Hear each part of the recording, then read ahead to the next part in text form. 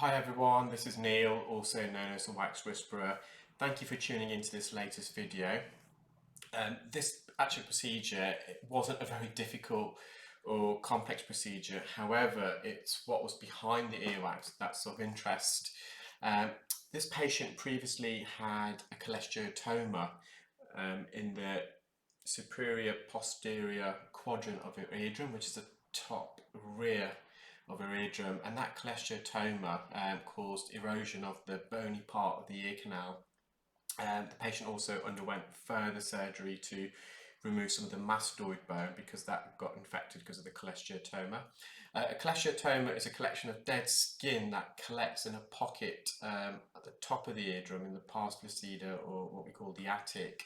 That pocket is created by a retraction of the eardrum due to typically eustachian tube dysfunction. So the eustachian tube is a narrow orifice behind the eardrum, so in the middle ear, that connects to the back of the nose, the nasopharynx. And the function of the eustachian tube is twofold. It acts as a drain pipe, so any fluid or effusion that accumulates behind the eardrum can drain away. But as I mentioned, it's also the pressure equalizer. So if you imagine you're on an aeroplane, and as you descend on the aircraft, the air pressure is so great it causes the eardrum to buckle inwards, and we normally perform the valsalva. So we close our mouth, pinch our nose, and blow. We trap that air inside our nose, and that air travels up the nasal passage, up the eustachian tube, and it pops the eardrum back out. However, in some people, that eustachian tube can get blocked, and it typically gets blocked at the back of the nose.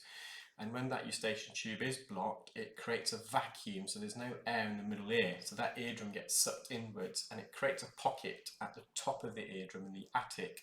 And as dead skin sheds, normally it would migrate out of the ear, but this dead skin then collects in that pocket, and eventually that dead skin, that keratin, can develop into a cholesteatoma, and that cholesteatoma can be quite dangerous because it can start eroding the ear canal, the mastoid bone, but also enter the middle ear, also the temporal bone, and it can lead to quite serious conditions. So this patient previously had that, and they had it removed, and it's caused an enlarged cavity.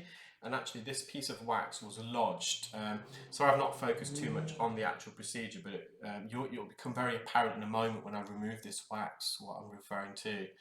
And I don't think I've uploaded a video showing an eardrum like this before, and an enlarged medial external auditory meatus. So external auditory meatus is the name given to the ear canal, and medial is deep in the ear. And you can see there, you can see the eardrum.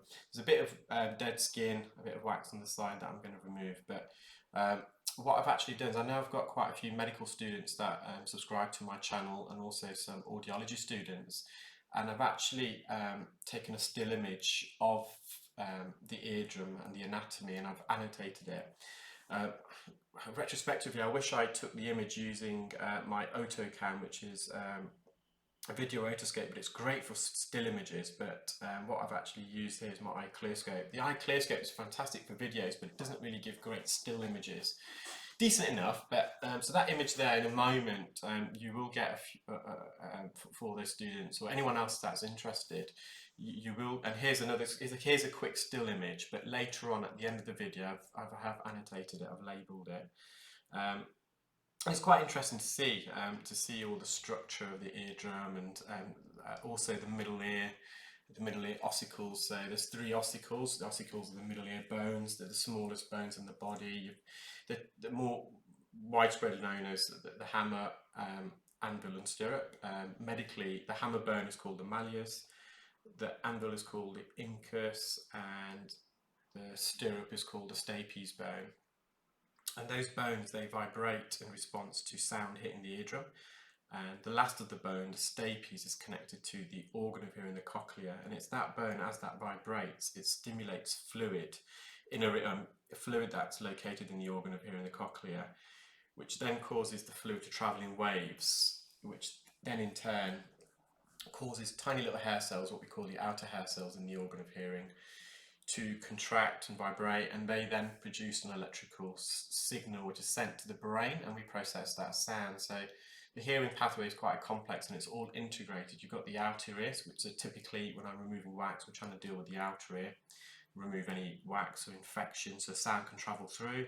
The sound then hits the eardrum and the eardrum vibrates and it sets these ossicles, these bones, backwards and forwards like a pendulum, which in then turn stimulates little hair cells in the organ of hearing, and from which the brain processes sound. So here's a diagram, and I've been able to annotate quite a few of the middle ear structures as well. Not all of them, but it's quite a fascinating case, and I was able to distinguish some of these. So just for the med students or audiology students, or even some of the members of the public might find this really interesting. So I hope I've got all of it correct.